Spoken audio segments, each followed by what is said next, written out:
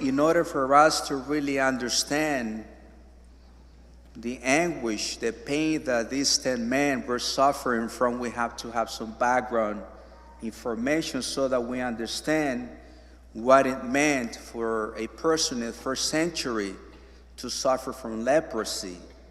Leprosy had no cure. It meant that if somebody had leprosy, that person would be separated from his family. That person could not go to the temple. That person would be lonely because it was very contagious. And so there was a lot of spiritual pain, physical pain. And just imagine thinking that you have a disease and that is a curse or it is because of your sins. So these 10 men were desperate. And when they heard about Jesus, they started to cry out, "Have pity on us."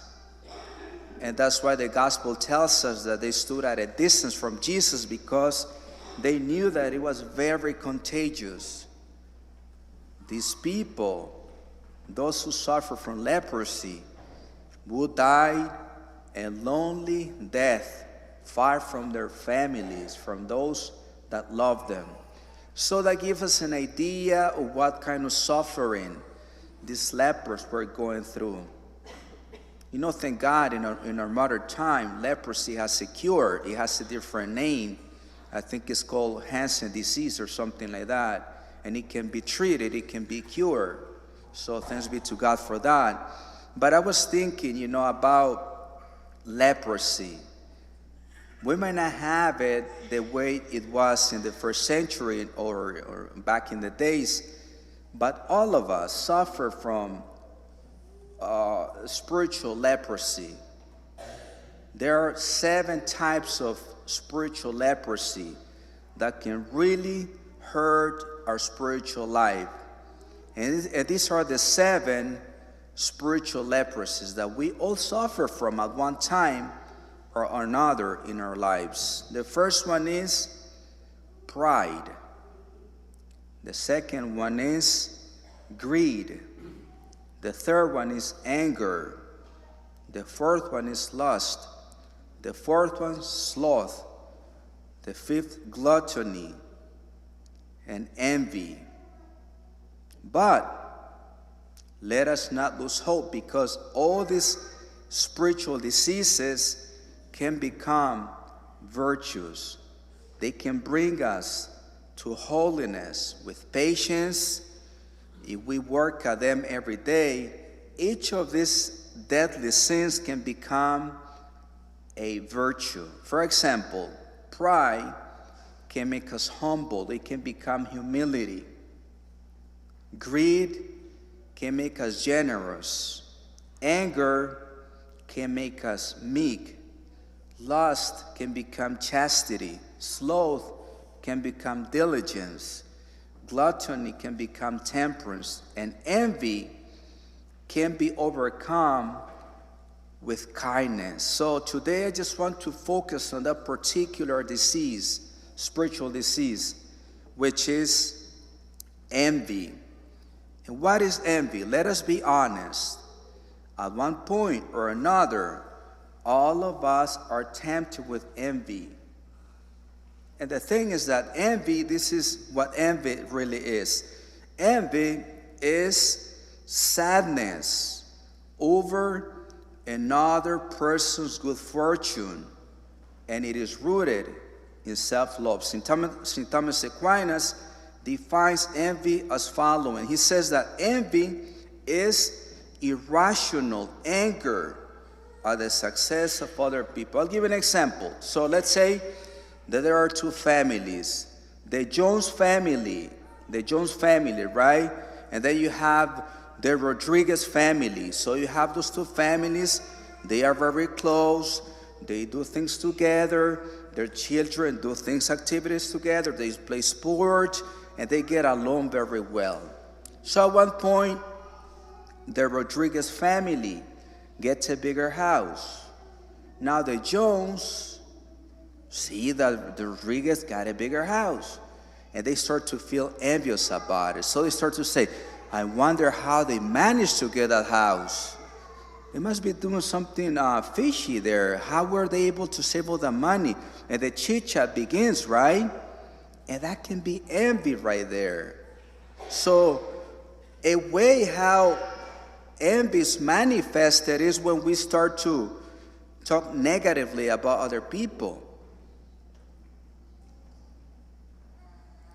And if we allow envy to grow in our hearts, these are some of the symptoms. We start to gossip, slander, and detraction, or to be dismissive of other people.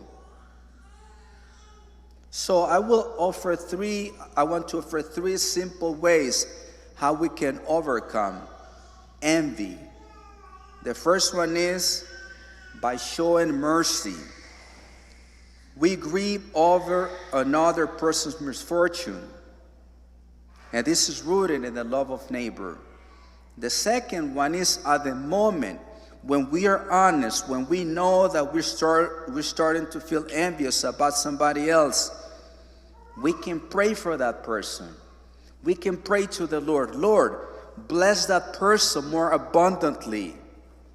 That is a very good way to conquer, to overcome the sin of envy that can destroy our spiritual life.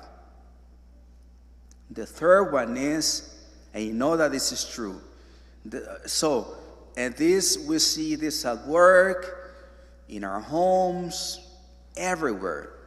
Let's say that there is a group of co-workers, and they are talking negatively about this other co-worker, and everybody's making negative comments, and one person starts, and then the second person starts to add more negative comments, and so on.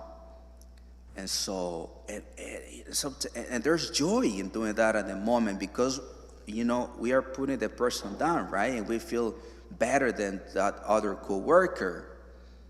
So the best way to overcome envy when we find ourselves in that position is to say something positive about that co-worker. Instead of saying more negative things, we can focus on the qualities or the positive things of that person. If we do that, we will put an end to that negativity. And again, we can pretend that everything is well in our lives. We can persuade other people around us that we are holy and all that. But we know deep down that all of us at one point or another suffer from these 7 kinds of leprosies.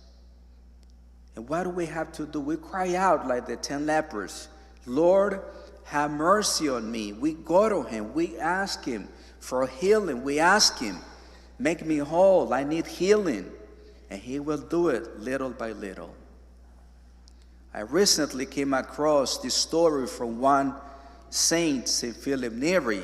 St. Philip Neri was a counter-reformation saint. He is called the Apostle of Rome. When things were declining in Rome and things were not doing well in the church and in the world at that time, he was an instrument of God. So one time, this woman came to St. Philip Neri confessing the sin of spreading gossip. So the saint told her to take a feather pillow to the top of the church bell tower and to rip it open and to let the wind blow all the feathers away. I am sure that this poor woman was not expecting this kind of penance. Now, the second part to the penance was more difficult. He told her to come down from the bell tower and to collect all the feathers that had been scattered throughout the town. The poor lady, of course, could not do it. And that was the point St. Philip Neri was trying to make. The destructive nature of gossip When we detract from others in our speech, or malicious words are scattered, a burden cannot be gathered back. They continue to dishonor and divide for many days, months, and years after we speak them.